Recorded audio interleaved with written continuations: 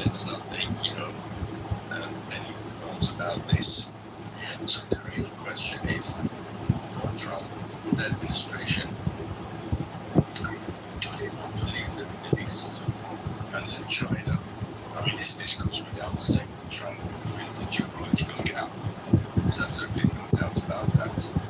Russia may not be a state involvement in Ukraine, but China is very much ready to also. Does he want to win this battle effectively? My guess is that he is not going to wrap up again. So there really is only one alternative, and that's just stay in a secure Strait of Hormuz. And as we've seen in the past few days, they have been hitting the bridges. And if you look at the bridges, it's all the bridges that lead to the southern coast of Iran. They're just about all of them have been hit.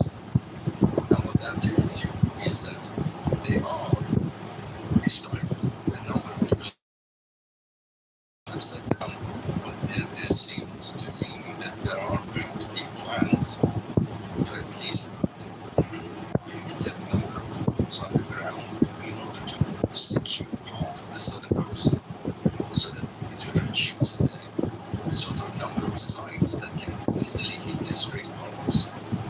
So basically the plan, I think, I mean, I'm no expert, but it just seems to me that the plan is to shift the sort of drone and missile facilities that Iran is using to hit the Strait of Hormuz, shift that up into Iran by several hundred kilometers, so that it can actually be managed in terms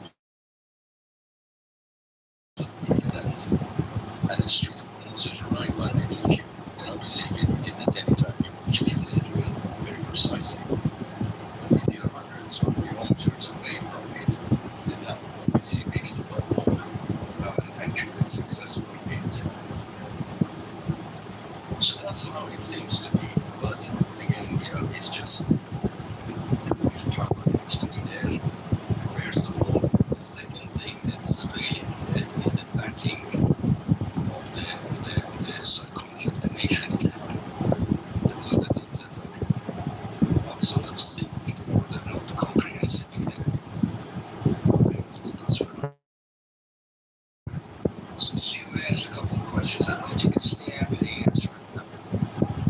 Yeah, let me see how this fits from your perspective. One potential answer is that the president's end game is a deliberate covert effort to align with Russia and Iran to destroy U.S. global influence, because, as you point out, Iran wants us out of the region, Russia wants us out of the region so that they can move in. One could leave that question lingering in the back of one's mind as a potentiality.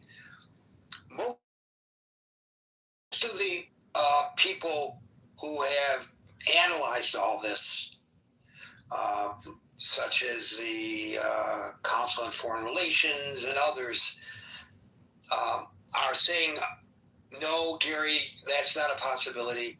That this is a classic case of strategic miscalculation, ideological friction, and entrapment into yet another forever war. So while the consequences of this conflict may inadvertently serve the interests of Moscow and Tehran, most of the assessments that I've read about it, because this is a question that's been burning in me, rejecting the idea of some kind of an intentional accord, so to speak.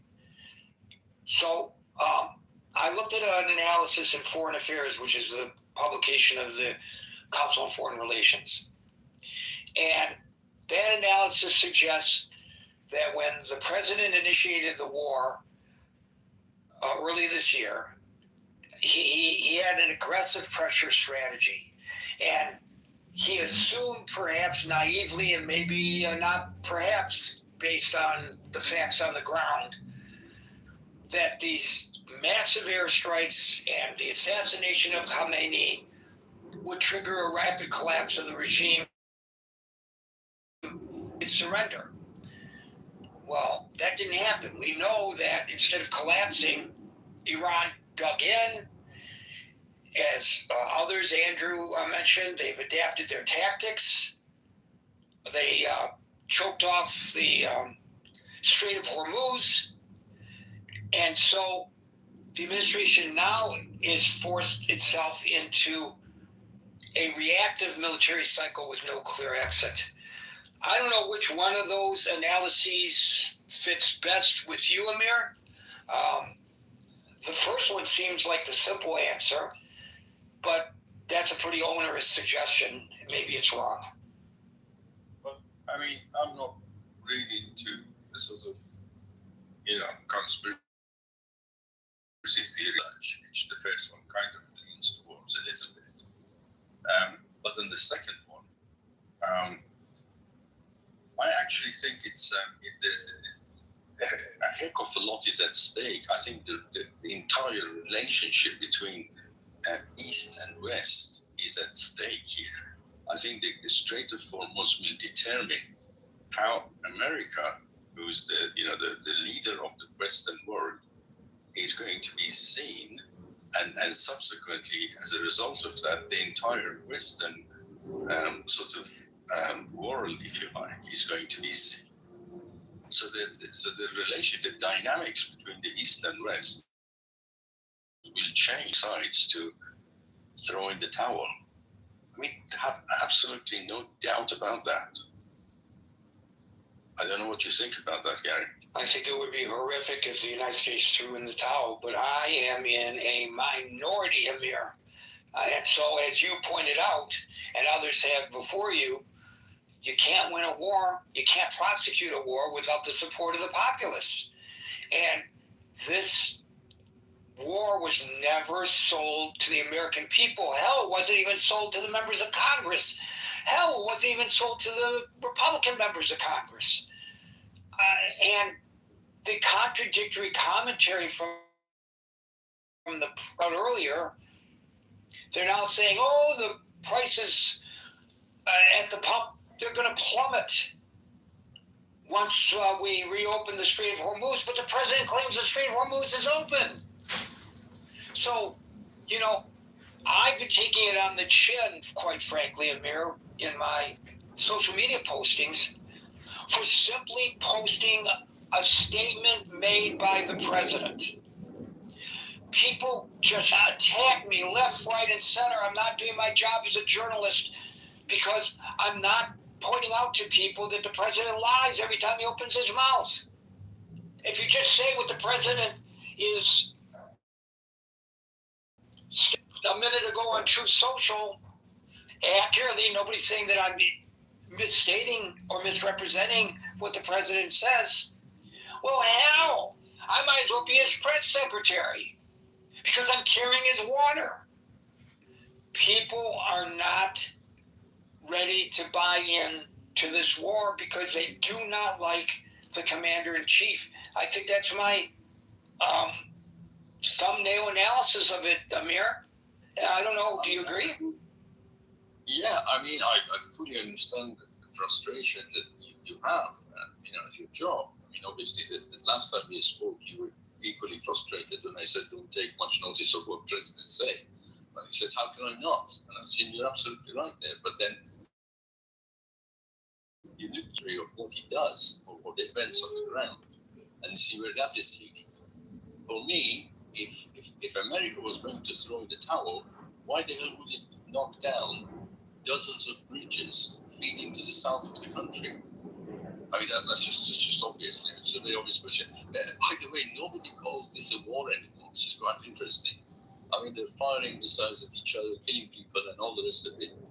There are about 100 lorries now stuck at the bottom end of Iran. They delivered goods, and they want to bring back fuels. They're filled up with fuels, and now they're stuck because all these bridges have been destroyed. So it's obviously affecting the livelihood of thousands of people, and not to mention people who are losing their lives.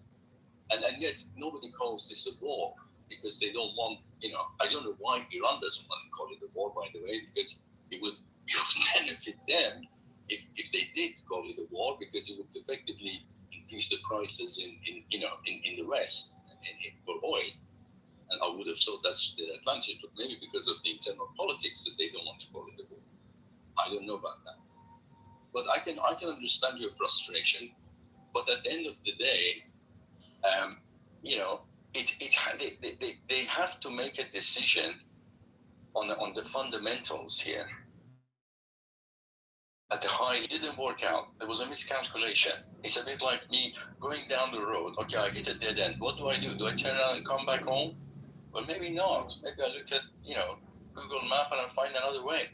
And I think that's where we are. I would suggest to you, Amir, that was your first mistake. You looked at Google Maps. Why can't we pull out a Rand McNally any longer? People don't know how to read maps. Thanks, Amir. Sin, I guess you get the last word. No, so I thought I just saw the news about the Houthis threatening to cut off the Red Sea, and I'm like, what's going on there? Like, if these are the two major chokeholds, right? So a lot of the oil that leaves the Middle East get blocked by the Strait of Hormuz, which goes to the Asia, and then the chokehold for Europe is the Red Sea. So combined together, we're looking at 30 to 40% of all the world trade. Actually, to be honest with you, it's more than that, but that's what the official numbers are. But I feel like without oil, it has a ripple effect on every other thing, right? Like oil is a basic, at least fossil fuel, that is. Is Trump not capable of getting that deal that he wanted? And why are we not looking at and anticipating this move by the Houthis? And what do you think the U.S. policy should be going forward? Because I don't know if two major strains or choke points of the world affected is going to be a good thing for any economy. And as not a citizen, but as a person that's engaged in the economy of the world, should we worry about another major economic downturn? So, the Houthis, as we all know, are rebels in Yemen, and they are controlled and financed by Iran. So this is a front that's being opened by Iran. They're putting a greater squeeze because they see that the petro flow and the petrodollar is a choke point politically for the United States. So they have declared today an immediate and total naval blockade against Saudi Arabia. Do they have the capability of doing this? I don't know, but that's what they declared. So at the very least, a dangerous new front expanding the war, and I will call it a war. So it was there was a televised video statement by the Houthi military spokesman announcing this maritime embargo under the equation of an eye for an eye. The move is direct retaliation for the Saudi siege on Yemen and the recent coalition airstrike targeting Sana'a International Airport. And so it places critical global energy corridors under a double squeeze now. And I don't know, I'm not a student of history to that degree. And I know the term unprecedented is tossed around cavalierly, but I do not believe that there's been such a double squeeze before. So you're absolutely right in your analysis, and personally, since you asked me, I think one of the biggest mistakes in all of this was the president's failure to put together a coalition of the willing before going in. I don't know what he was thinking. we do not have Europe behind us, even though Europe is being impacted by all of this. Also has to do with his derogatory remarks toward NATO. Could he have affected the NATO allies paying their fair share and doing more to provide self-protection without embarrassing them on the world stage in the manner in which he did? I don't know. And maybe it was a necessary tool and an effective one, his version of the art of the deal, to get them off their rear ends to do what they needed to do. So at least what occurred as a result of this in that regard, chalked up as a success of his administration. But the flip side of that is, what was the cost? And the cost, I believe, for what it's worth, I'm not an expert, others can disagree, but for what it's worth, I believe the cost is he alienated them so badly that there was no way he could go and ask for another coalition of the willing. Because if he had done it and had been turned down, he would have been embarrassed, and that would have made him a loser. And we know this president doesn't like losers. So, can I be fair assessment? I hope you are. Not to say that you're wrong. I think those are weaknesses that could be attributed to the current president. But wasn't it Biden who stopped the Saudi Arabia finishing the job to get rid of the Houthis? Back in, if I'm not mistaken, in 2018 or prior to that, when Saudis, UAE, and all the Middle East countries were fighting. First, I think I don't know if it was Biden or Trump was in presidency, but the Saudis and the UAE and the Gulf Coalition had taken up the mantle in dismantling the Houthis. And then the Biden administration put pressure on Saudi and the UAE to stop that war, which now we're paying for. So could it be fair to say that it's not just Trump, but the past two U.S. presidents have not done their due diligence in really foreseeing what is now what we're experiencing? So most of the analysis on that would suggest that President Biden never had a realistic military or political opportunity to use your term, eliminate the Houthis. Completely destroying that group was never an option on the table because they were 200,000 strong, and they control territory housing 80% of Yemen's population.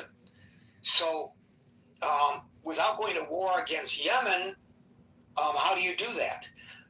The Republican Party has suggested repeatedly that, and some Democrats have as well, that Biden did a series of strategic calculations and policy shift opportunities to contain the group, and that emboldened them. But to suggest that he had the ability to eliminate the Houthis, most military analysts, not me, but most military. I'll get to you, Glow. We go one at a time here. Go ahead, Sam. You gotta wait to your turn. So no, I agree with you. It's porous mountains, hard to attack, but there was no outwardly support for the Middle East and Saudi Arabia coalition that was trying to remove the Houthis from power. I don't think the U.S. was involved, nor the European Union. And to be honest with you, and hindsight is 2020, but the Iranians bragged that they have control of 2 choke points of the world and that they got the world in their hands. Their ball. They were bragging that they were the superpower who could do all this. Right. And we did nothing about so it. here's the We thing. did nothing about it. All of these problems, the ones that you are talking about, the terrorist attacks, October the 7th, all of that could have been avoided had this regime not been in power. And I think the president was predisposed to eliminating the regime, but the strategy failed. And now we are where we are today. And along the way, he didn't gain support from the Europeans, and he didn't sell it to the American people, which certainly hurt. That's my analysis, anyways, for what it's worth. Thank you, Sim. Glow, followed by William. I would love to continue after they're done. Glow. I wanted to share just some news from Yemen. There's a new armed faction. It's called the Free Yemen Movement, and it has declared an uprising against the Houthis from inside Sana'a. We announced an armed uprising against the Houthi movement from within Sana'a due to the crimes committed by Iran and the Houthis. This uprising comes in response to the Houthi starvation, looting, theft, and killing of Yemenis, as well as their violation of, Yemen's sovereignty and the implementation of Iranian directives. Just that. Okay, I don't know about this new use of the term Free Yemeni movement. The Free Yemen movement was actually the Free Yemeni movement. It's called Al-Ahrar, is that right? Do I say it right? That's an historical, I don't know anything about this new, I'd love to know more. So message me and tell me what you know. William, and I think we'll have time to go back to Sen. I came up to, basically Amir said that the United States is the leader of the Western world. That's no longer the case. The United States is the wealthiest country in the Western world. The United States has the most powerful military of any single country in the Western world by far. But the United States has, as you were saying, Gary, broken their alliances. They've threatened other NATO members like Canada or the Kingdom of Denmark, threatening Greenland, Denmark. The United States has changed from being the lead country within NATO to being the vendor to NATO. So the United States is no longer the leader, and part of that is really the Western world.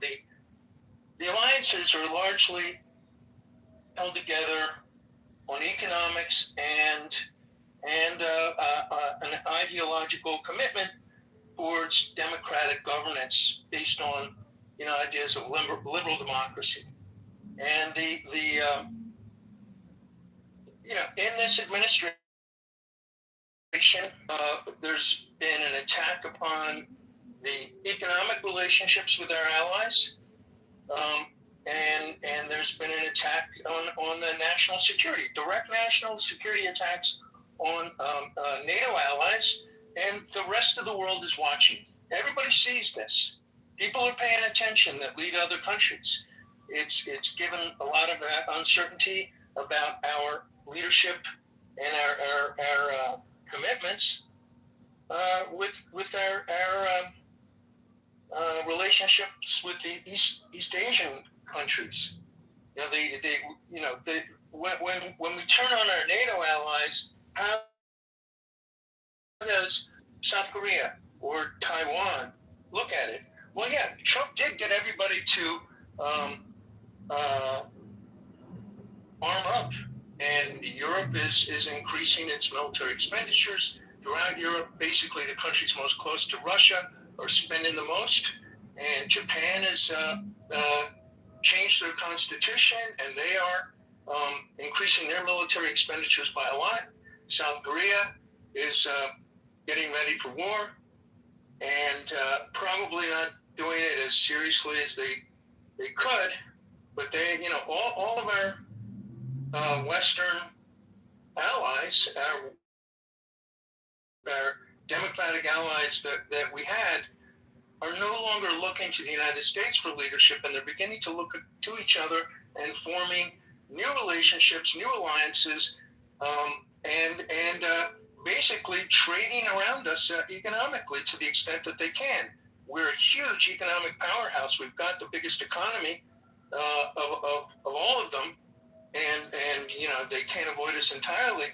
But they've been switching over to locally produced weapons systems to the extent that they can, rather than simply rely upon the United States.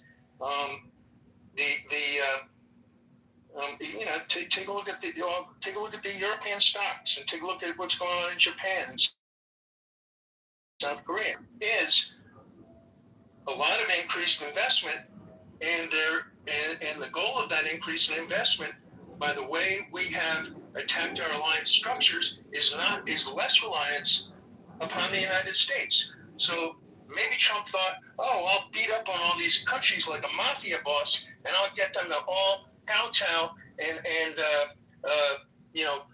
buy more weapons from the United States. And to some extent, he's been correct. They have. And to a large extent, they have been diversifying away from us, and we have lost the trust of our former allies, and we're no longer the leaders. So I think that's an understand. Thank you, William. We'll go to Sin, followed by Amir. Right. So, no, great stuff. So, I think, Greg, you might appreciate my use of this word. America's been going through not a civil war, but a political civil war, right? Where the Democrats and the Republicans are not on the same page regarding where America's future lies, right? So we're suffering from that, right? And the world is seeing that, hey, they're not united.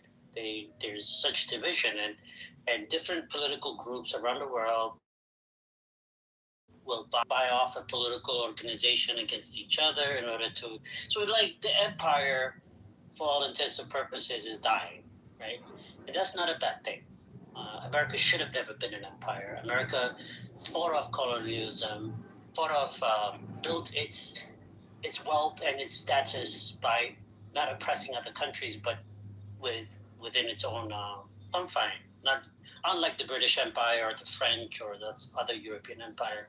So we're not good at this as Americans, right? We're not great at being imperial power and being world leader, and we should have never been involved in that. It's just the haphazard of what happened in World War II with the British and the Germans, so forth. So without context, I would say that with great power comes responsibility, and we are responsible in how the world is going to be. We have a stake to play. Now, I think it's easy for us to just simply blame Trump, but I think he's reactionary, right? So he's reacting towards what he sees as a threat to what it is American power. And he's pressured the Europeans to take more action, but they said, no, we don't want to put boots on the ground. You got to beg us. You got to do all that. And maybe he lost patience. And maybe he should have been more patient, right? But the thing is, whatever it is, we're entering a multipolar world where power and structure is situated in one area of the world.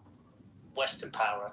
The Chinese are coming up. The Russians have a role to play, and so forth and so on. And we have to be realistic. And I think Trump is the only realistic man out there right now. Not to say that the way he handled business is correct, and I think he takes decisions off the cuff rather than having a more well thought out policy. But he's dealing with the situation that the world is. We have to get over the center of power is no longer Washington, D.C. There are many centers of power, and this is going to continue for a very long period of time.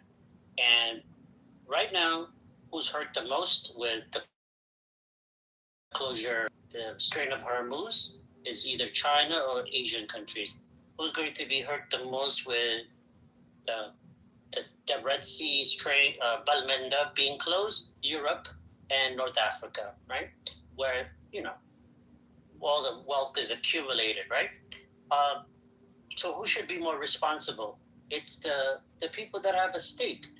America is a self-contained, insulated part of the world. We don't have a lot to lose here. The rest of the world do. And I think it's going to wake them up and take more responsibility that this type of action by the Iranians, Houthi in Yemen, those are not contributing to a betterment of the world. They're not the group of people we want to see have a say in how this earth survives the next hundreds of years. We're not a best example. We do a lot of pollutions. We do a lot of crazy stuff and selfish stuff. I get it, but it's much better than the ideas of those countries. So right now, I think instead of blaming Trump and blaming America, the Europeans and the Asian countries need to wake up and see the path forward is to contain Iran and get rid of the Houthis. And I think the Houthis are the bigger threat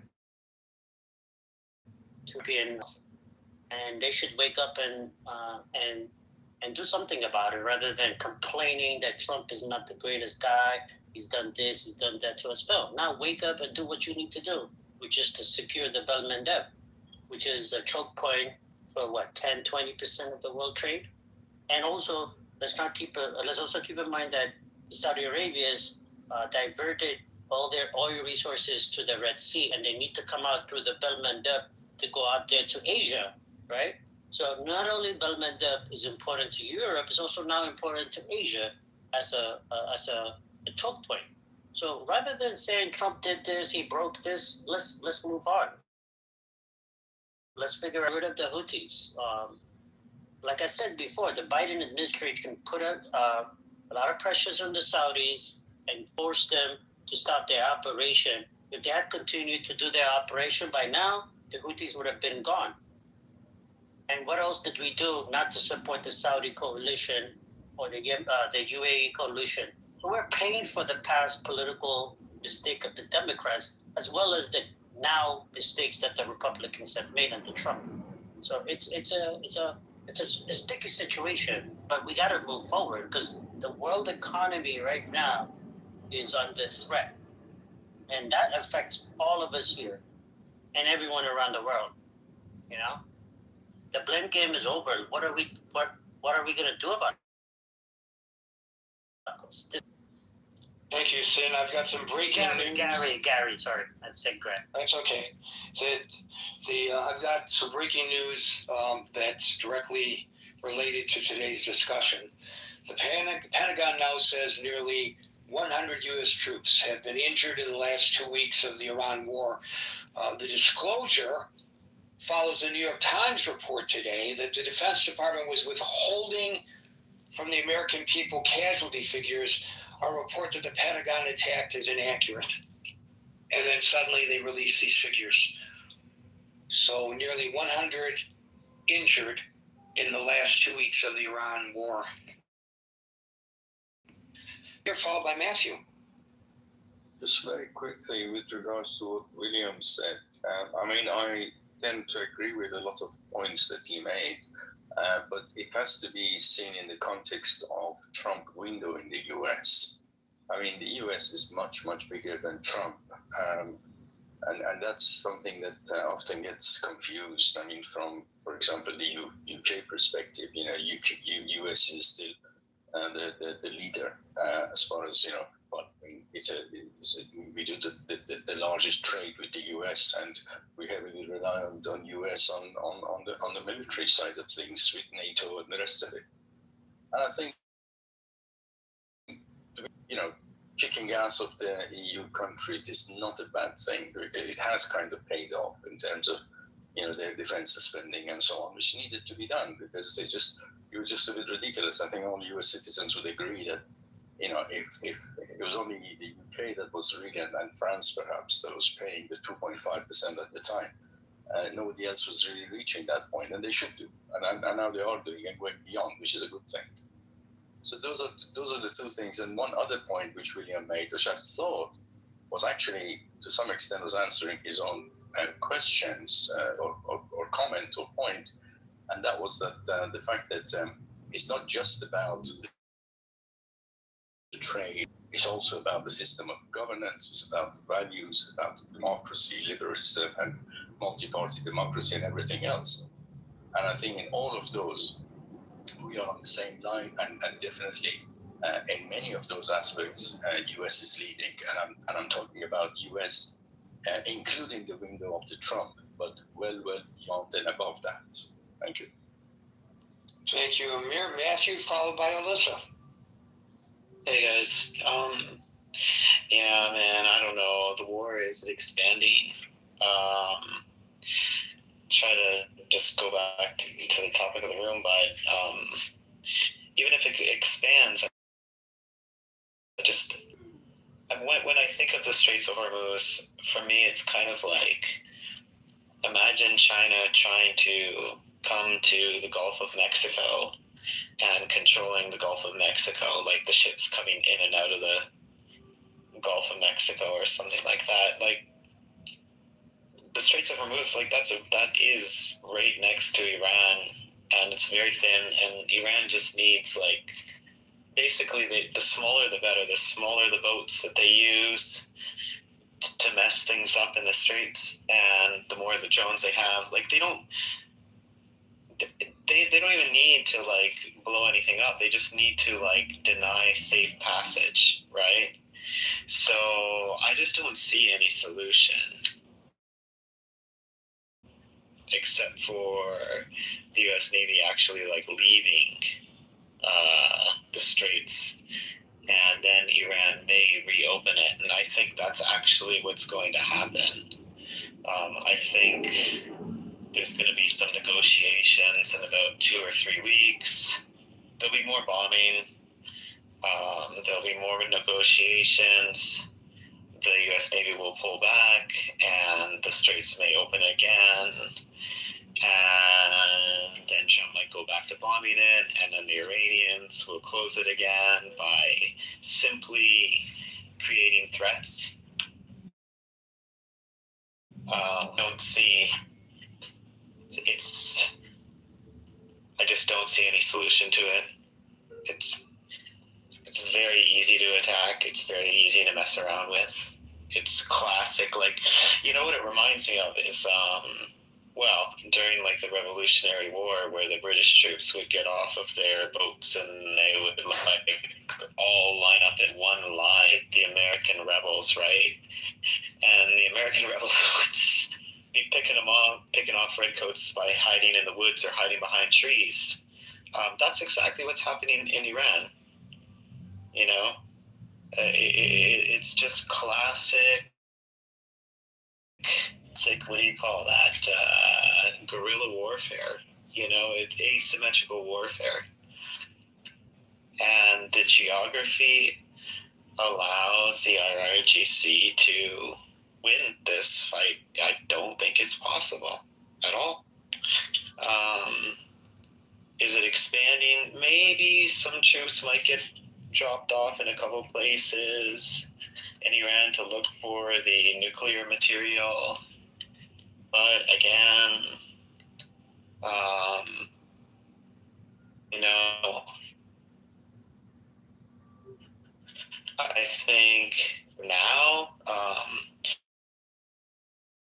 there's to build nuclear programs, you know, because they probably see it as a kind of regime survival now. So I think this whole thing is going backwards. It's all going in the wrong direction.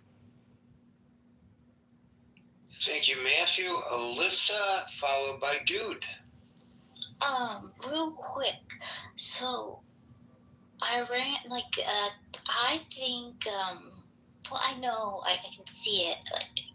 Like Trump doesn't want to hurt the the non-radical people of Iran. But he started something that is not going to finish easily because they are, how their oil was overflowing. They had to get rid of it somehow, and who's buying it from. I mean, if people just turn on the news or just, I don't know, open them Twitter or X, they'll see their one of their allies, China, is helping them, and Russia is supplying them with more stuff, and they never got that dust out, and so they're still creating nukes. So I don't think this is quickly. And there's just like someone from, I don't know if anyone want to hear us from England, but like if they could explain what is actually happening, because it's kind of gotten to them quicker, because I mean they're over in Europe and other countries in Europe. I don't know facts, but just what I've heard of in England and seen happen.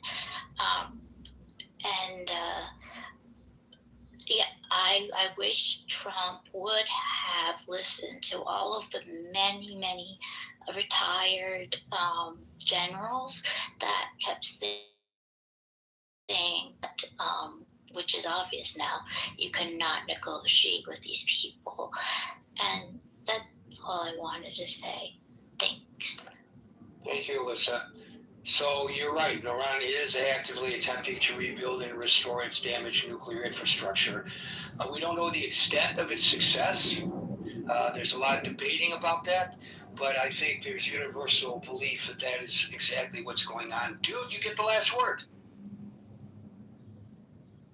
Well, I'll just say that I hope that it doesn't expand, but it does seem to be the likely situation that trade corridors matter. There are probably other trade corridors that are being worked on building. Africa being a continent rich in resources. Russia and China and America are probably looking at different economic and trade agreements that will either dissipate.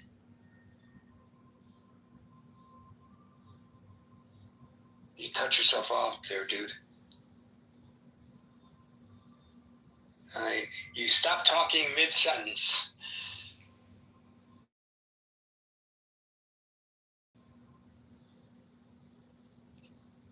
Apparently he's got a technical issue. Folks, we're here Monday through Friday at 5 o'clock New York time. So till 5 o'clock New York time tomorrow for the next edition of the Critical Thinking Forum.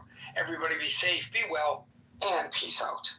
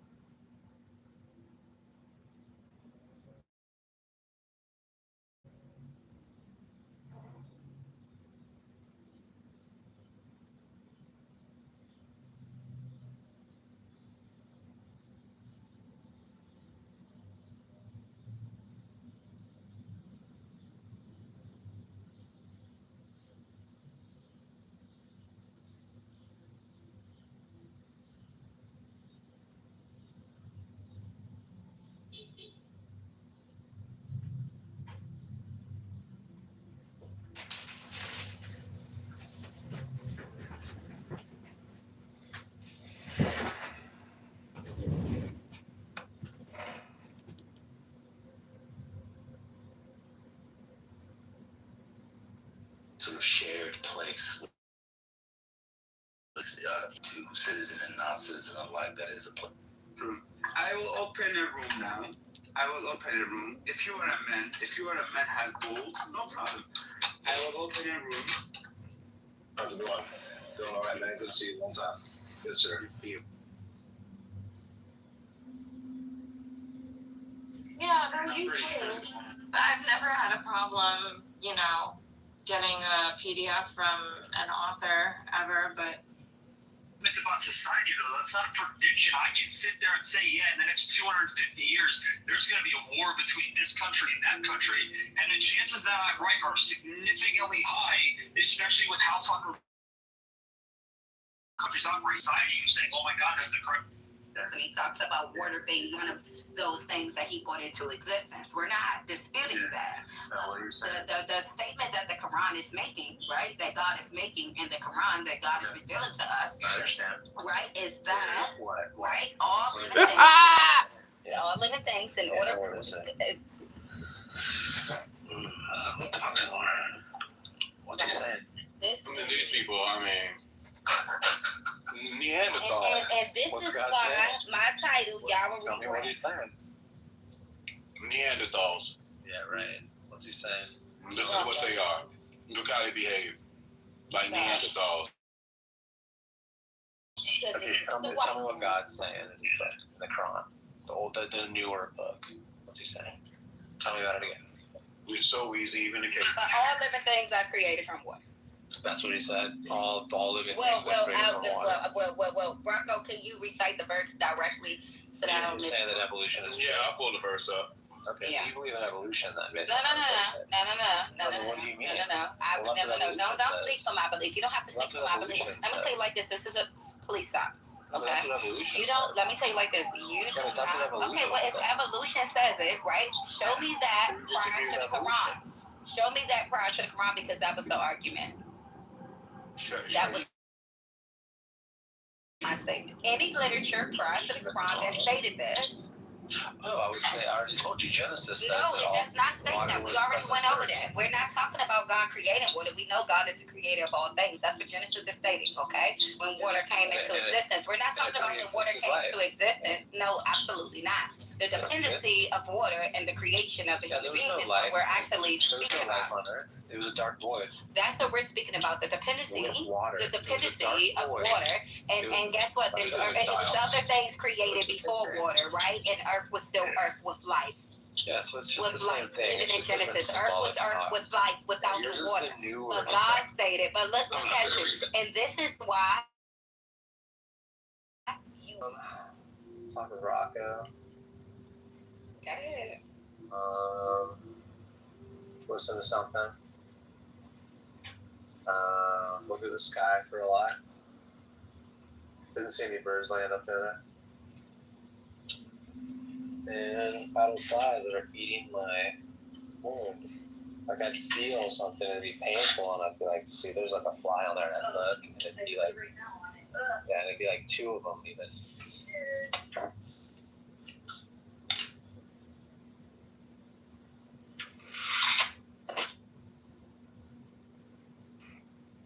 I seek refuge with Allah from Shaitania curse. Did the unbelievers not realize that the heaven and the earth used to be one solid mass? That we exploded from water. We made all living Exploded into existence. Would they believe? I don't know who says we exploded into existence. I don't know who thinks that.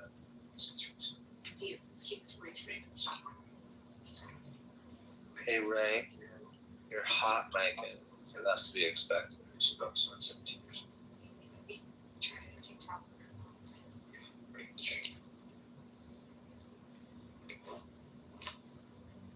So you guys are just arguing for evolution then when you say that. No, we're not arguing on behalf of evolution. Why not? We're arguing on behalf that there. How else No. does God do it? What? How else does God do it? How else does God do what? Do the life that we see on the planet. You said how by repeating it. He doesn't use evolution. By repetition. He doesn't use evolution. By repetition. Yeah, that's part of evolution. You shouldn't believe in evolution because you're saying that they were able. Hold on, it wouldn't be evolution. It wouldn't be evolution, right? By your own admission, right? You said that it would be evolution by your own admission. It was either you or Mark, which one was talking, but right, it wouldn't be considered evolution when you agree to the notion that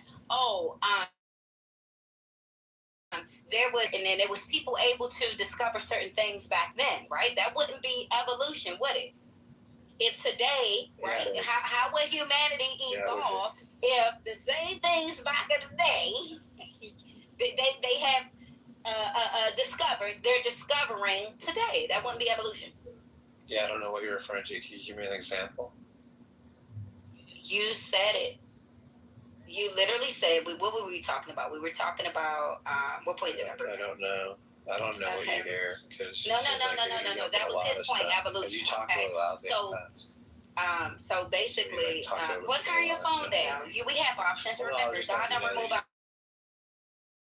choice. That's okay. He was talking about, he mentioned evolution, right? And he said, we believe in evolution. I said, well, by his own admission, right? Because earlier, he brought up, when we mentioned the water thing, right? When we mentioned the verses in the Quran, the sign of the water, right? Like he brought up, and he said, oh, well, this was written in Genesis, or whatever, right? And I'm saying, absolutely not. This wasn't written in Genesis, right? This is something that later that will prove evolution, rather than him saying, oh, what they did then is what they're doing today.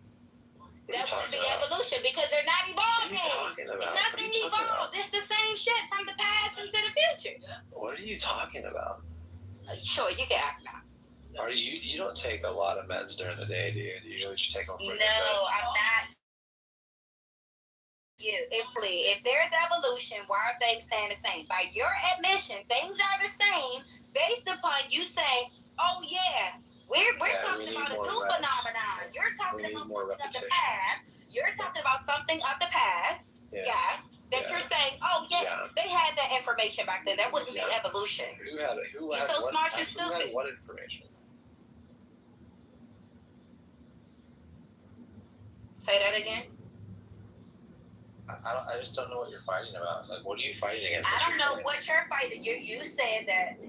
All I said is you're arguing for evolution. That's all I said. No, you're arguing on behalf of evolution. Yeah, I am. I agree with you about evolution. Sure. We're not arguing on behalf of evolution. Are you sad about Sure.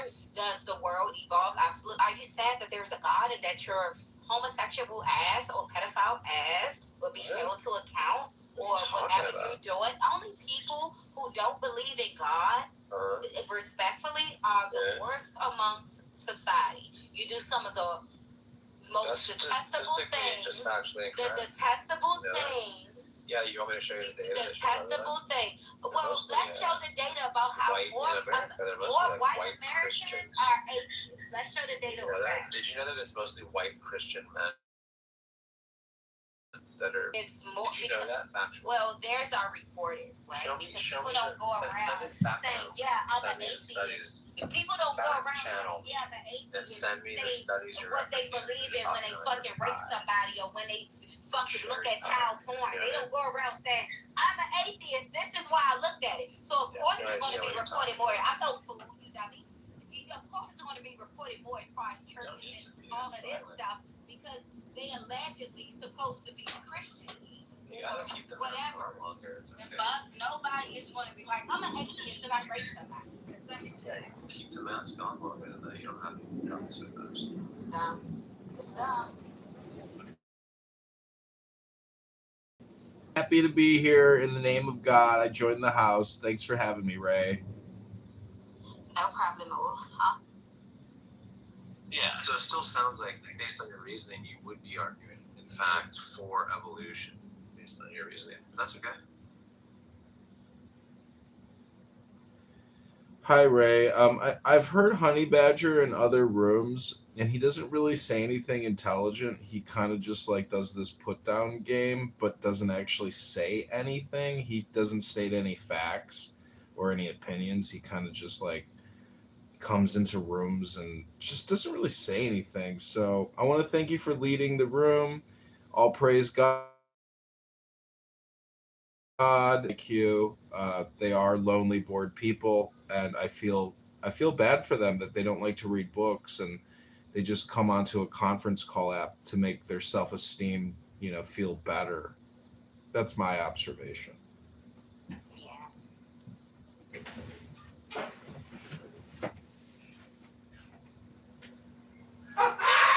you, Progressive. I appreciate it. But I'm gonna chew on that, see if I can become better. We gotta hear that ding and that triangle in the background.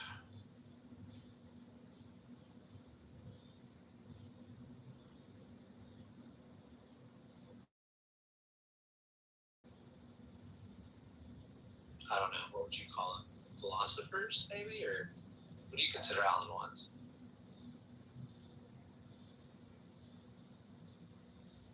Ray, isn't that true? You love Alan Watts? Anybody who really is motivated, they take time, they really care about what knowledge is, how to obtain it, how to get more of it, how to think about it critically. Anybody who does that would be, by definition, a philosopher. It's just the dedication and the love for wisdom. I love wisdom, and people in this room probably do not. But I was just reading about German ideology, Marx and Engels, and collectivists and socialists, and the horror and the terror of war. And it kind of strikes me that many of those people who were fighting to the death in Stalingrad, just a million people died. I'm sure there were atheists, and I'm sure that there were, theists fighting to the death, and they thought that what they were doing was moral and ethical and maybe it would solve all the problems for all of mankind. And they'd say, we did it. I sacrificed my life to solve that so many people seem to struggle with, whatever that riddle might be. But when it comes to violence, I try to avoid it as much as possible because if you're around violence, you could die. And so I prefer the comfort of my house full of books and conference calls where people can't punch me in the nose. But it just strikes me as amazing that people waste so much time having irreverent conversations over and over again, repeating themselves endlessly. A game that they just love, or one of their favorite movies like Terminator 2 or Back to the Future. And it just amazes me as I observe human behavior how bored and lonely and not creative people are. Pretty lame. I don't know what they're afraid of or what they're hiding. But maybe you're right, Ray. Maybe these faggot atheists are just pedophile loser faggots. It's just my opinion. I'm still gonna give you an applause. Theatrical, yeah.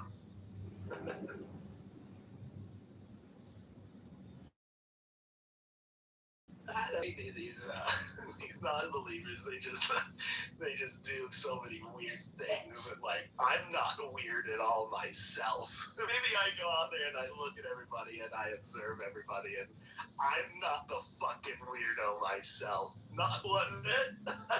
Not me. It was good though. I liked the message, and I thought it was even good comedic timing. The way he dropped that gotcha at the end as a punchline. I thought it was pretty good. I'd give it an 8, like a 7.9. 7.9. Thought it was good because I did agree with the message. I thought it was pretty poignant, and I agreed with it. Most of it.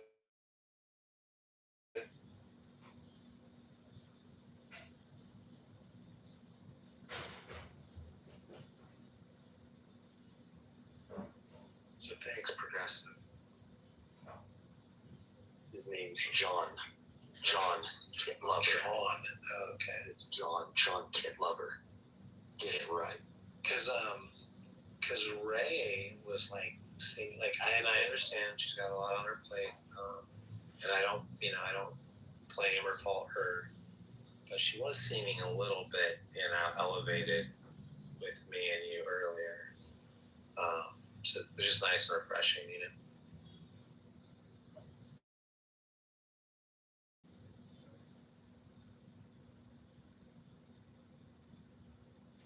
John Kitover. Sorry.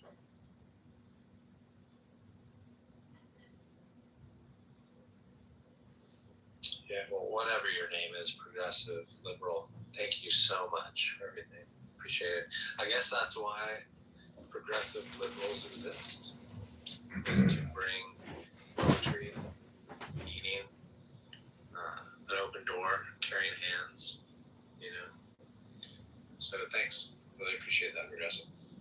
You're welcome. Ray, I'd like to read a poem to these atheist faggot pedophiles who are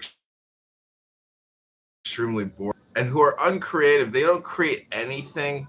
They just come on here to kick guys like me to the goo or kick me from the rooms to make their self-esteem feel better.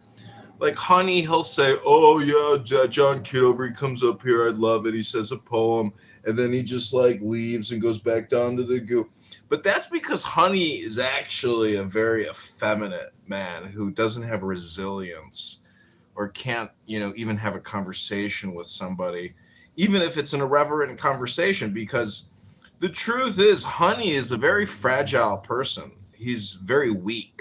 He has no real strength and no real joy. And as a progressive liberal, I feel it's incumbent upon me to have failed, to make them stronger, to give them the joy and the wisdom that they are lacking as faggot pedophiles, losers and abusers and lonely people and non-creative people. I feel it's my calling in life to help these faggot retards. Thank you again, progressive, and I do appreciate your input. And I will I've been writing a lot of this down, so I'm gonna review this later tonight after I get back from church, and I'll be just kind of taking what you've shared with us to improve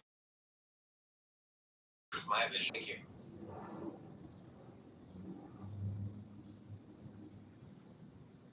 And not one person will think that you are a lunatic and a fucking weirdo yourself, progressive. Not one person is going to think that. Mm-mm.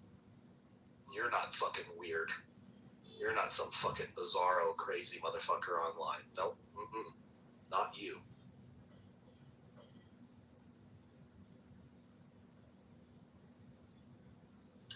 And I do wish you well. I hope your stand-up paddleboarding exploits are a service to you and others in your community. I know you have been running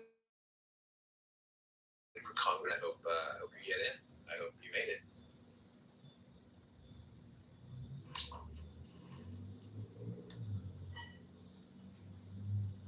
Wouldn't you agree, Ray? Would I agree with what?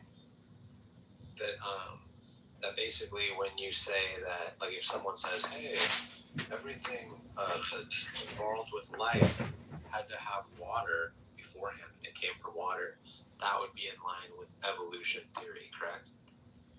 Don't try to, I'm not going to let you escape the dumb statement you made. So well, hold on, you're trying to you don't want to answer that comfort question. yourself. Yeah, you trying to, it was dumb as fuck. Yeah. Honey, if the human body is 98% water and you weigh 185 pounds, what's the molecular weight of the H2O contained within the cells in the skin of your body?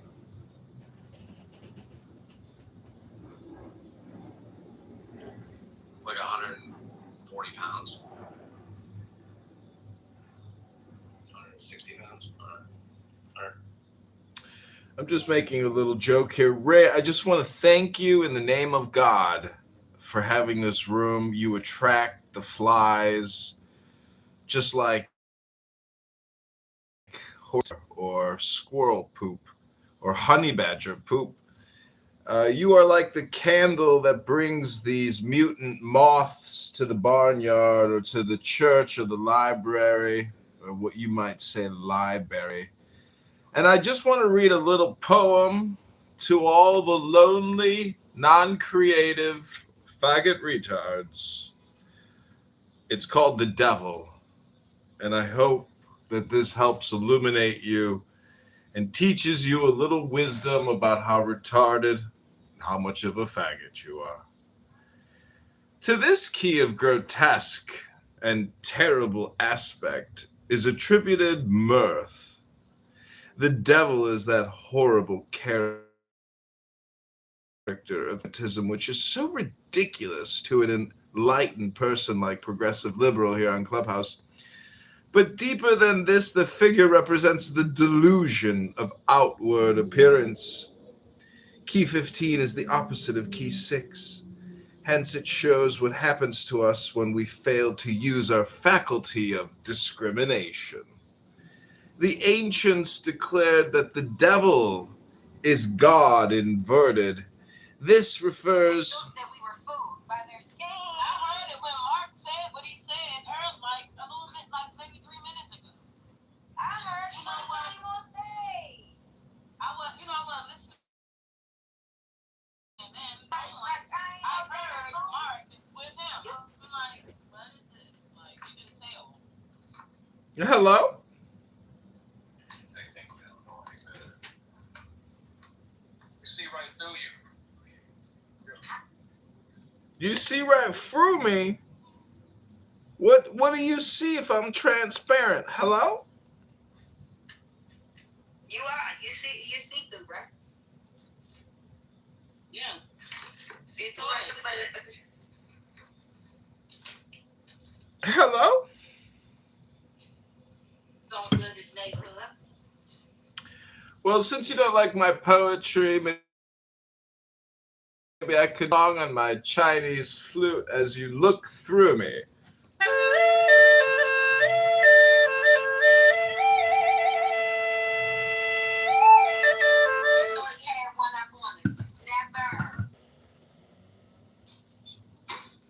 By the way, Progressive is a believer.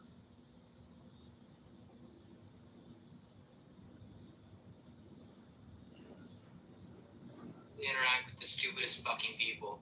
What's your degree in? I mean, technically I have a bunch, but I have political science. Technically, you have a bunch. I've heard anybody say that before. Yeah, I have a political science, I have a journalism, and I have a generalized theology degree. Oh, okay, cool. Yes, I use my theology degree, and I used to use my political science degree. What career do you have? I teach intro classes. Wow, that's awesome. It's horrible. College. Which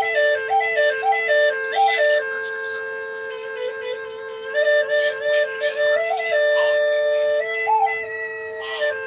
I don't feel comfortable sharing that information. Oh, okay, fair enough. Hi, this is Progressive Liberal. I'd like, if I may, moderators. Progressive. Of course. Go on. Oh my god, is this fucking John? Yes. Oh. Hi, moderators. Thanks for having me on your stage. With regards to Muslims being saved, I just want to say that to a Christian, it's not really that important to save a Muslim per se. I handled it like a champ. I just thanked him a lot, and that was very cool. What do you do? You just sit there It's pretty funny. I mean, he actually, I was doing a bunch of vlogs.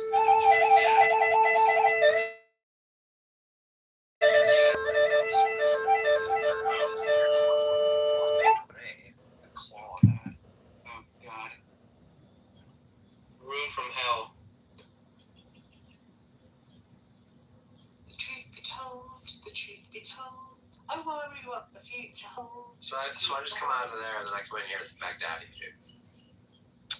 Well, since you don't want to hear my opinion about the room title, come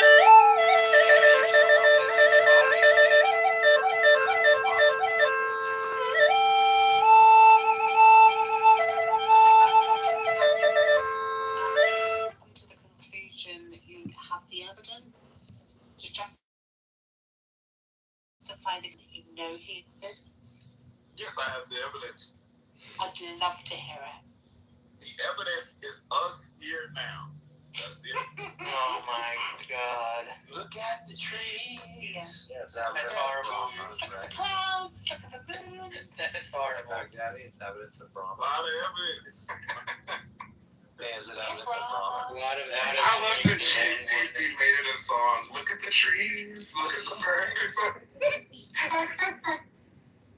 Look at my dirty knees, I fall down when I climb these trees. I get mesmerized when I look in the sky at the birds that fly by. Days from climbing these trees, thank goodness.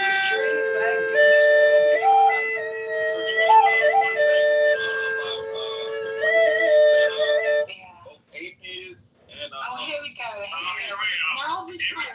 Now we talk through his position. He's going to go into attack mode. Okay, come on then, let's hear it. Yeah, the funny thing that we both have in common is that we both agree that the magic happened. No magic. Zero magic. It just happened without a magician. No magic. Yeah. We just believe it was. Nobody believes in magic. We both believe magic happened. Not magic. I do that together in the corner with them. Go on their little ride with them. And Brother said Houdini was a great magician, guys. He was in fact real. He did in fact. He died. Bro's gonna pivot to evolution. He's gonna pivot to evolution. I totally know what's going on. One of Houdini's acts that he tried to trick people with, he died from, so he wasn't the greatest. We call that karma's a bitch. I want to talk to Baghdadi about the fact that we exist as mammals. Would you say we're animals, Baghdadi? I would say we're whatever we are. Are we animals? We're whatever we are. Are we animals? Say animals, but I wouldn't say not. I wouldn't say no, right? I would say that we're not animals. I would say whatever we are. It's the kind of you want to look at here. Definitely give her the option. Money and power. Anyway, we'll see what's going on, Viv. What'd you say, Viv? What's going on? I think they said for a few more days and then headed back. Oh, okay. You're still in the States then. Yeah. How do you feel about ranch dressing? I don't really fuck with it. Have you tried this bullshit calories? Ranch dressing is garbage, by the way. So no, apparently there's a thing. allow myself to introduce myself. Shit. This is not Hand raising. No, what do you think it is? This is our next president in chief. I just came to participate in a happy hour. Exactly made the hour sad. I brought my Chinese flute.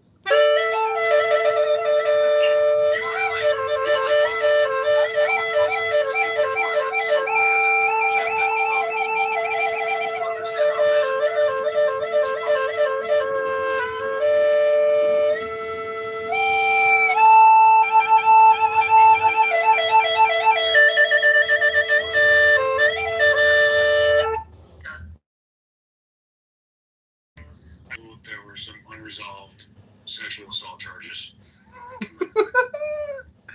Projection mirror says what? The projection detection system has been activated.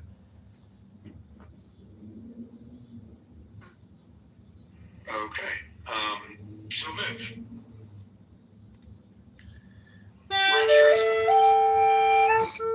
Did you try it?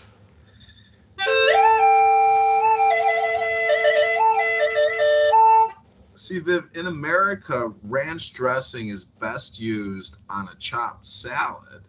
or to dip your pizza in. Have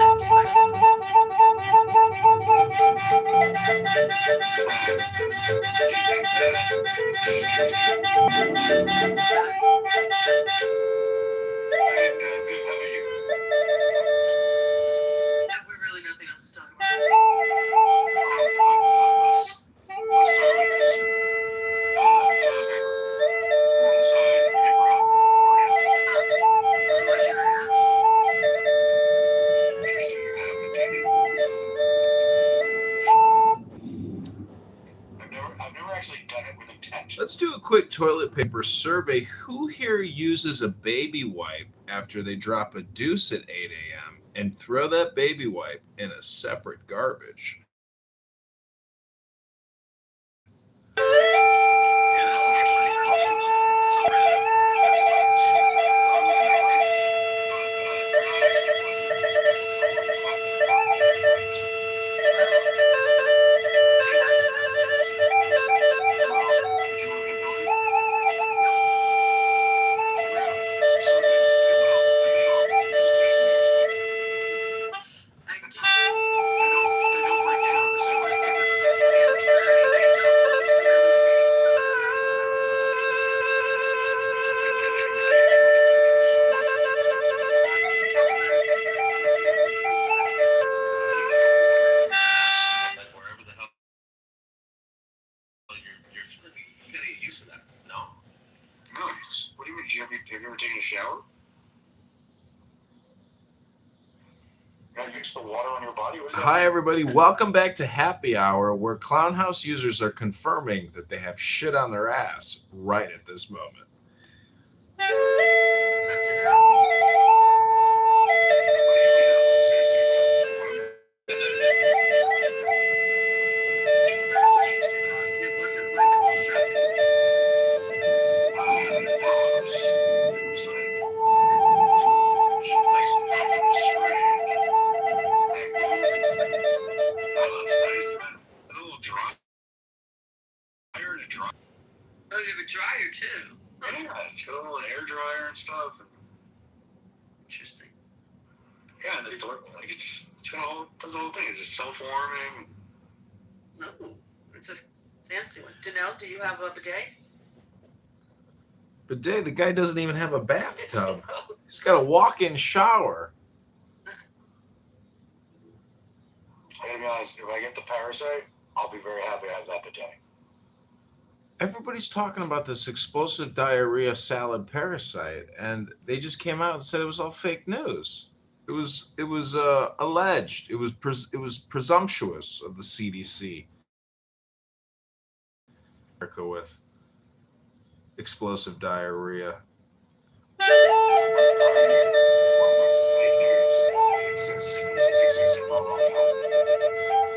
It's a pandemic, I guess. Robert Kennedy Nobody calls it a pandemic. at the CDC conference call, Kennedy was like, "We got a problem with explosive diarrhea. The salad's all infected with E. coli. Everybody's getting explosive diarrhea." Listen, girlfriend, John? Projection mirror says what? Do you have a girlfriend?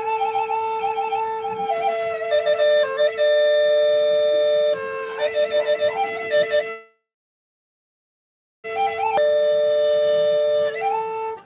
girlfriend. If I had a girlfriend, would I be in a conference call called Happy Hour instead of having her sit on my face right now? That's a great question, by the way. You have a wife, not a girlfriend. Can you answer that, Austin?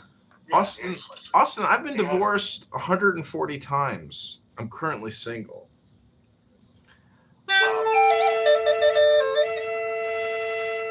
Are you a matchmaker? Because I'm looking for a matchmaker that specializes in neurodivergent faggot retards.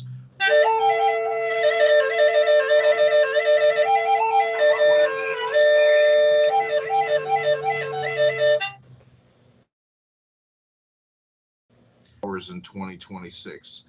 He's been proven to be a faggot retard. I'm not matching with you, but So look, you're just requested to be matched with faggot retards. What's the most faggoty retarded thing about you? Oh God, there's so much. I don't even know where to start. Maybe the Just start at the beginning.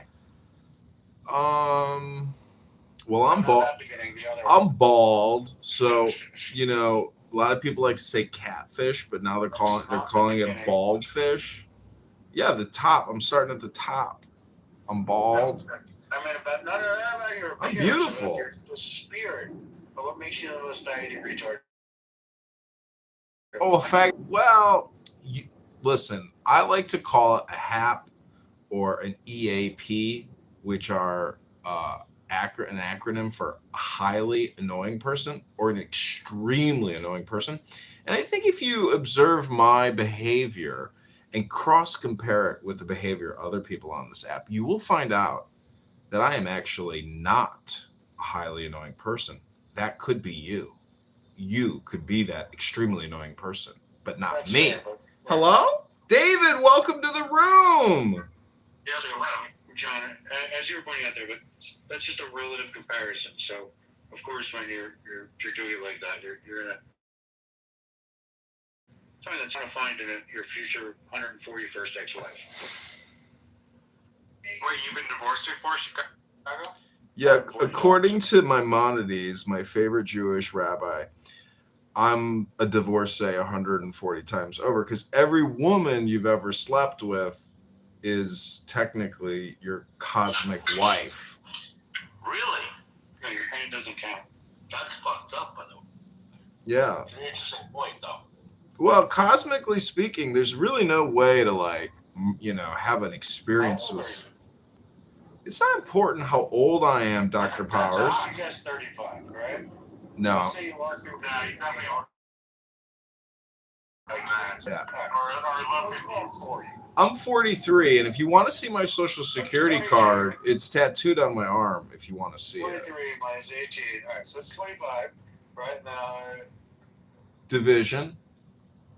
yeah. So David, welcome to Happy Hour. What are you drinking, Dr. David? So, Chicago, have you been to your? I'm going to Paris next week. Do you have any recommendations in Paris? Oh, go to the Bourgeois cafe, and then go to the Proletariat nightclub. Can you send me the link? John, have you ever been in a long-term relationship? Austin, I've been engaged, and yes, I've been in long-term love affairs. Austin, what's your point, Doctor? Yeah, because it looks like you were getting married and divorced every 2 months since you were 18.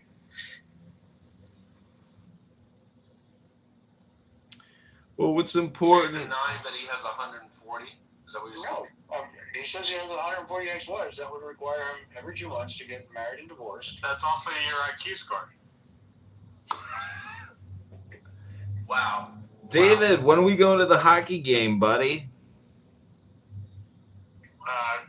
With all due respect, I probably wouldn't invite you. Well, thank you very little. John, I'm going to challenge you to do something kind for a stranger today. Really? Well, I've already done that actually. But I got one. I won't go into too many details, but I did an act of charity this morning. You didn't talk to someone else on the elevator? No, I was a gentleman and I helped someone in a bind. Okay, so Chicago, if you don't have any Paris recommendations, I'll be in London as well. Do you have any recommendations in London? Oh yeah, go to the Playboy Club and see my ex-wife. Her name is Rose Marhata. She's a key girl. She's an absolute perfect 10. Her name is Rose Marhata. She's a London 10 though. After I stoop. Yeah, so I've been with from London, but none of them were British. They were all London Bridge is falling down. Yeah. No offense to anybody in the room who's British, but these British girls, not so much. Wow. What do you mean? So a London 10 is like a New York London 10. No. Like, what do you mean? Yeah, like a London 10 is like a New York City 5.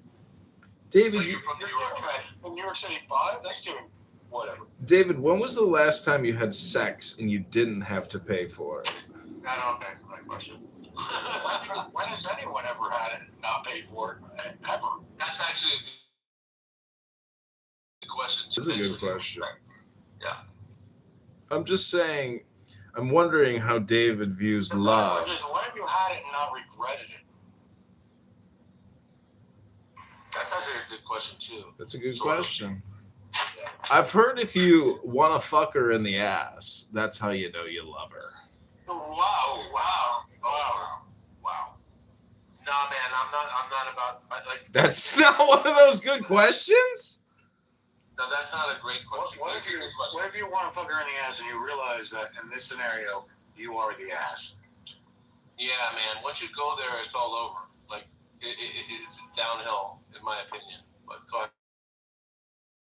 ahead. No, I agree. Some porno videos that made me rethink some of my past former sexual experiences, and I thought to myself, you know what? I would like to have tried that position with that person. Wait, so Albert, do you have any recommendations for me? Chicago, with a little bit of surgery, you could get that like confident voice you're going for.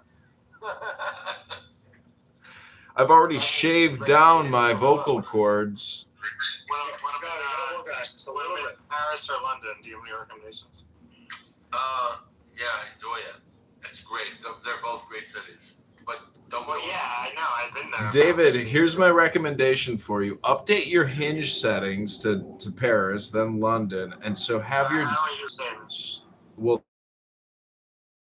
this is the recommendation, because once you download Hinge and you do your photo verify and then you update your geolocation to Paris and London and you start swiping right, well, now you've built up a little social network, kind of like a conference call app for loser faggot retards that waste all their time and are bored and lonely and don't create anything called Clown House, something you're very familiar with. Hello?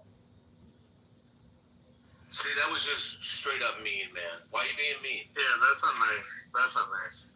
Because when people come to me for advice, I give them good advice. But if they don't take my advice, well, then they just confirm my diagnosis of faggot retard.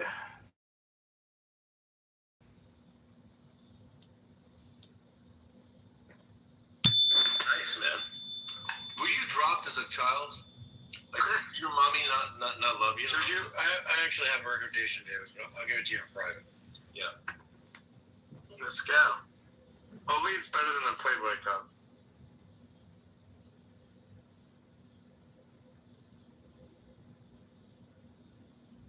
Man, I don't know. I mean, there's no reason, like, do you not like him?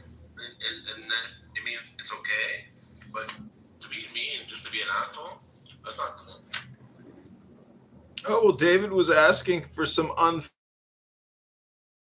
unfiltered, some good ideas with him, but he's a lazy What's up, Austin? faggot retard. I tried to talk live, but you did not accept. Oh, I'm sorry. Divya. David's the kind of guy who's so lazy he doesn't even have a Hinge account. And then when I look at my friends' Hinge accounts, they are so lazy they don't even message the girls that they've matched with. I say just copy and paste a response. You're not even talking to people. God, you're fucking lazy.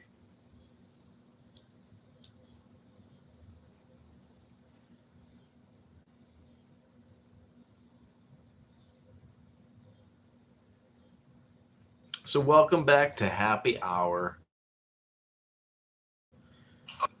Oh, they'll be back. They just wanted to share some gay little locations about where they can have their best little gay sex. I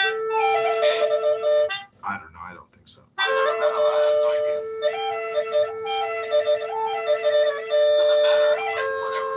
Yeah, he can orgasm in Paris however he chooses to orgasm. I'm not interested in his orgasm news. Why are you so interested in calling him a piece of shit? That's what's weird. I didn't call him a piece of shit. You kind of did, man. But I didn't say he's a piece of shit, did I? No. I did not. That's your interpretation. That's your assumption. That's my direct way of listening to you. That's how I do it. Oh, that's your observation of my behavior. It seemed like you don't like him. Like you were being an asshole to him. Well, what did I say? What did I say that was so insulting to David Bobadilla? I don't know what you said to him. You called him a fag and whatever, right? Oh, a faggot retard is a term of endearment nowadays.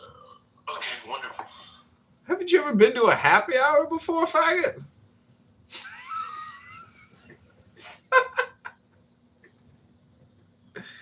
Oh, I'm sorry. I got my happy hour events mixed up. I thought this was the LGBTQAI plus happy hour. My bad, boys. That's actually pretty funny. Go ahead. Keep going. I don't know why you're being an asshole. So I'm just saying LGBTQIA plus, and you don't know what the plus is. It means twin flame. It comes from a 1990s indigenous tribe that had rotating work assignments for both males and females. It's called twin love. Plus inclusive. I mean, you definitely have a creative mind, bro, which is good. I hope you're using it. Like, it's fun to listen, sort of. I hope it's productive. Oh, it's super productive. It's more productive than David Bobadilla. Oh, by the way, I'm going to Moscow. I'm going to Moscow on Friday. Have any recommendations for me? I don't know why they left, but it's cool. I would rather you not just badger people, but go ahead. This is a happy hour, Albert. You know, people are here to take some shots, relax a little. They ran off to their little private. They'll be back. They got nothing better to do. Why do you think they were here? They got nothing to do. No, maybe they want to have some fun and talk about, interesting shit, man. Not be berated or bullshitted. That's not, like, I don't know if that's in your vernacular. Yes, absolutely, yes. So you got all of these degrees on your wall, and now you flow all of a sudden during the company. You don't want to tell the truth. You don't want to tell the truth, so just... I don't have a problem with the truth. I don't want to tell the truth, so just read quietly. I don't have a problem with the truth. I just felt... Because you're saying, when this morning? No, yesterday. Well, yes, absolutely.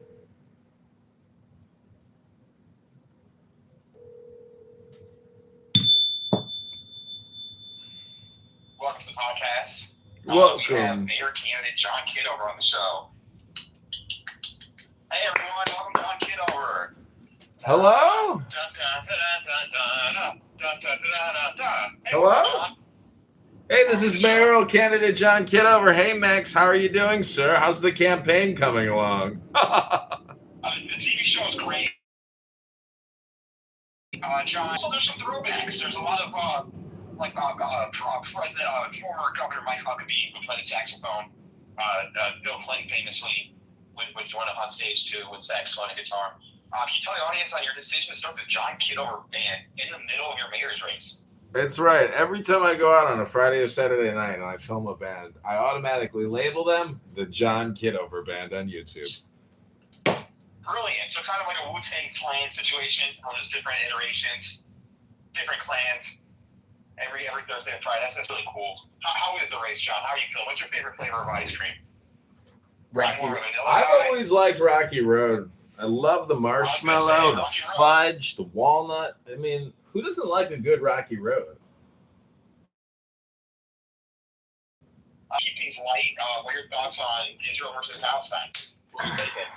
Well, Rabono Shalom, I heard they have a New York City subway down there below the Gaza Strip, and they're still shifting munitions and fighting. Why can't we just have peace in the world? Rabono Shalom. Shawarma for everybody. Halal buckets. They sell Gaza chicken strips. I think that's very clever as a dish. Nice. But no, I was calling you. There's what's it called? Tish B'Av. Tish B'Av. Are you going to the white party at Montana Mod? Oh, Rabono Shalom. I want to meet a hot brunette Jewish chick named Tish. It's a singles party. Tish with a tush. Actually, it's the date that I got married. And should have got married on because we got married on the holiday portion. But the after portion is supposed to be very romantic. You know, we're supposed to meet someone. But, no, yeah. Aaron Del Mar's in the news. Yeah, for what? We'll find out. What, the lawsuit? Lawsuits. It's the David Pritchard suing him too. For what? For so like the whole you saw the video of the one guy getting arrested. Yeah. I think they have a credible. There's probably a credible argument. They probably know more than I do. That like Aaron probably leaned on his Palatine connections to make that happen. Because they're suing the city of Palatine, Aaron, and the guy that called him in. Like there probably might have been enough to charge it. I don't know, but they charged him with assault. That's crazy. He got found not guilty, by the way. And I was at the trial, and I wouldn't invite you to live stream, but you go to jail if you live streamed it. But that judge looked like he wanted to kill himself the entire time. He's like, this is so embarrassing. He told both sides to shut up. You're hurting your case. Stop talking. And when I looked at the judge, his name is Nowitzki. He's one of those judges that they got demoted for. He basically would let off two people that ended up murdering. He was domestic court judge. And two people he puts slaps on the wrists on, during domestic violence trials, they end up murdering their spouses or significant others. And so they demoted him. And so he was on freaking Dave Pritchard Palatine's the entire time, hands on the face, smirking, angry contempt, yelling at all the lawyers. So it's pretty interesting. But basically, I talked to the Dave Pritchard side lawyer, and he texted me straight up. They're suing Aaron. And are we on the podcast? Yeah, you're live on the clown. You're live on the clown show in the clown world. I want to break some news. There's some news that we're getting that this lawsuit is actually funded by Brian Castle because he's upset that Aaron removed his son from the person. Welcome to clown world. But really, all politics. They say all politics is local. That's not true. All politics is petty.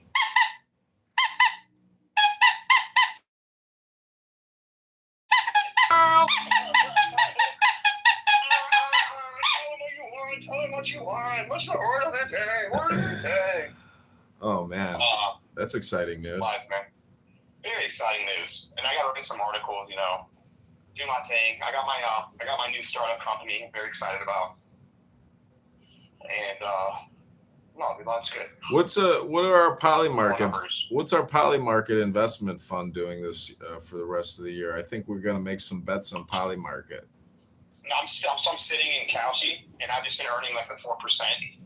I haven't made a bet in a couple months. I made a bunch of March Madness spots, and I think I basically bet on a bunch of different teams, and I think I came out on top by 10%. Let's say 550. And I'm we're gonna. So my biggest bet I made was on Bob Trietti. I made $250, $300 off him. I fucked up without telling you that. And so basically, Bob Trietti was trading at 75 cents, but he had Andy Williams was his only opponent, and he was running as a write-in. Oh my gosh! So that's the thing with Polymarket and Kalshi is the key is look for the micro markets, markets that have less than $10,000, $15,000 in it, and then try to find the Bob Trietti stuff that just is that doesn't make sense because it's so small. And the difference between Kalshi and Polymarket is you're more likely to see that on Kalshi because Polymarket is basically you have to put up the money to make the market versus Kalshi puts up their own money to make the market. Hey, I want to put a market for mayor's race or whatever, and then Kalshi has to give the green light. Versus Polymarket, I'm pretty sure you on your own, you can say, well, John Kitover will be mayor. And then that could be interesting too, is because I think the opportunity for you to make money is maybe you can kind of be a market maker. That's my name on Kalshi. I'm a market maker. Do you know what Harpo? That was my favorite from the Marx Brothers, dude. I love a huge Harpo fan. I was just reading. Pretty lady. Yeah. Yeah, Jerry Lewis. Oh my God, he ended up being a total jerk. Did you see? I saw a video of his daughter. All the charity people were fuck with Hope and. Yeah, I heard that. I heard Bob Hope that. And his movies don't like. He basically was the Adam Sandler of his time, but like his movies don't. They don't like stand the test of time. Like I could watch Duck Soup tomorrow or Animal Crackers and like laugh my ass off. Watch Marx Brothers tonight, you'll laugh. Yeah, I've got DVDs on Marx Brothers, but you know who they say? You know that movie Eyes Wide Shut by Kubrick? Yeah, great movie. They say that. It's okay movie. They say that the guy who was throwing the like elite sex parties, that's supposed to be Bob Hope. Yeah, they say that. Yeah, they say Bob Hope was a bad man with all the USO stuff and going overseas. Like, cause think about how much more shit you can do in the war zones. I don't know about that. I'm just saying that, like, if they're elite cult or something like that, like they say. You know about that happened in Serbia and Kosovo, like when they basically there was the allegation that basically elite people were paying. There was that war going on, that conflict in Yugoslavia, whatever, and like rich people were paying money to just snipe people. Do you hear about that? Yeah, I've heard about that. Did you know it took 750,000 Soviets that died in battle to kill 250,000 Germans in Stalingrad? I'm not surprised. So 1 million people died in bloody glory for. Yeah, they wanted them to die because they. For what? So the commies just don't care about human life, and they were literally giving them more. You get a rifle, you get some ammunition. It was complete bullshit, and because they really planning whatever the central committee, like the GOP, like should have all the power and like should plan everything. And it's hard to plan everything because you have so many people. So that's why all the commies always go like depopulation route, or like the education camp route. It's because like, it's much easier to plan. If you have science. I mean it's true. You wipe out your future political enemies in the mass casualty battle. But anyways, I was going through a book today. But so the campaign to elect John Kitover, I'm gonna update the antidote. And when can you do you make it official? Because then I think you should start like texting Shia and it really gets press. It's official when I start putting up videos of me collect. Yeah, when are you gonna like make your like file? There's no file, as you said. I just submit my petitions. That's it. If you're never gonna submit well, I guess you are. You're gonna submit like 3 petition sheets. Yeah. But but you're only gonna be a candidate for a month. I think you should try to. No, I'll submit. I'm gonna submit. Like I'm gonna get a couple petition sheets and go downtown and just submit. That's it. Smart. And I'll be writing after you get kicked off. Absolutely. I want to get right in for as many things as possible, as I said. And then another chance that I run for alderman. I still like alderman. I don't know. It'd be such a waste of time. I'm going to do a lot of publicity. I'm going to shoot a lot of videos at the Thomas Jefferson Copper Memorial. My petition sheets there are going to say, if you live in Chicago and you are a patriot, come to Jefferson Park today to meet candidate John and sign the petition to liberate Chicago on the Constitution held by Thomas Jefferson. Yeah, and I think you should be the leader of like a movement. That's awesome.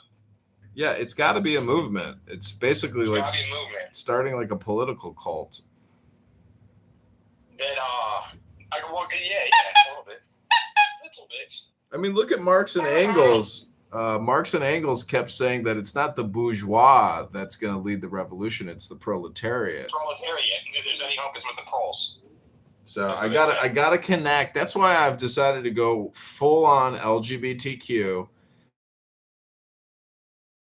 Because I realize that I need as many votes as possible. So I'm going to embrace what I consider to be illegal and unethical and immoral behavior, which is same-sex orgasm or attempting to have same-sex orgasm. Jews should run for office. That's why I say Jews should run for office. Because you force you to sell out to win, Thomas. But I support it,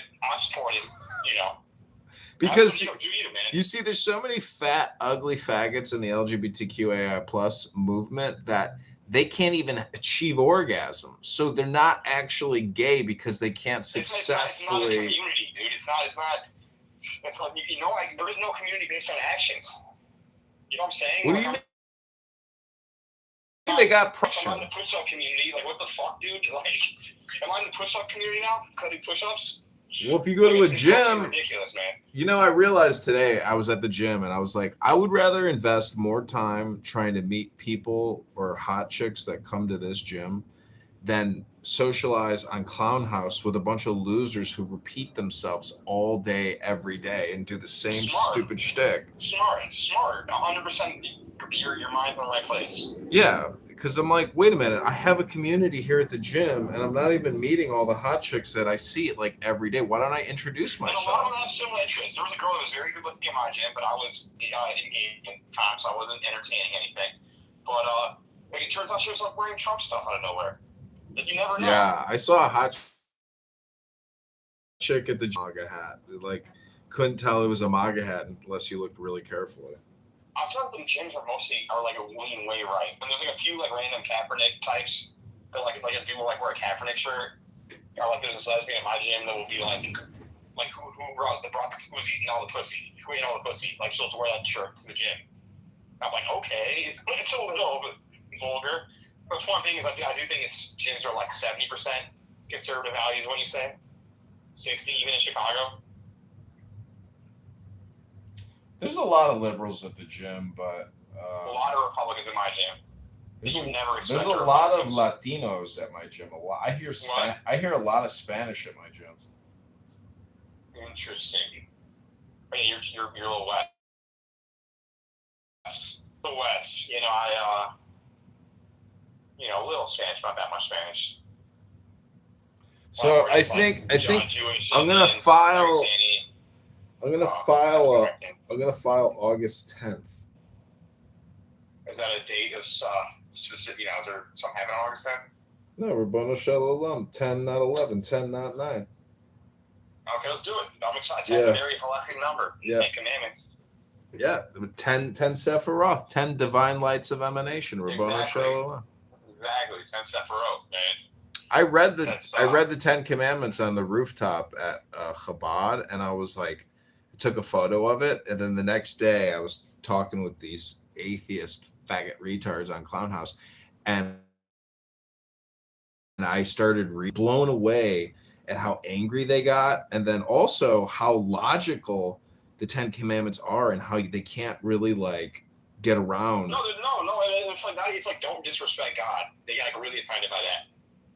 It's like, really? You want us to respect all your bullshit? All the pronouns, all the, like, microaggressions. But, like, yeah, it's almost like putting water on a witch. I think because the Bible is the ultimate truth, that it is like a vinegar baking soda situation. It, like, repels.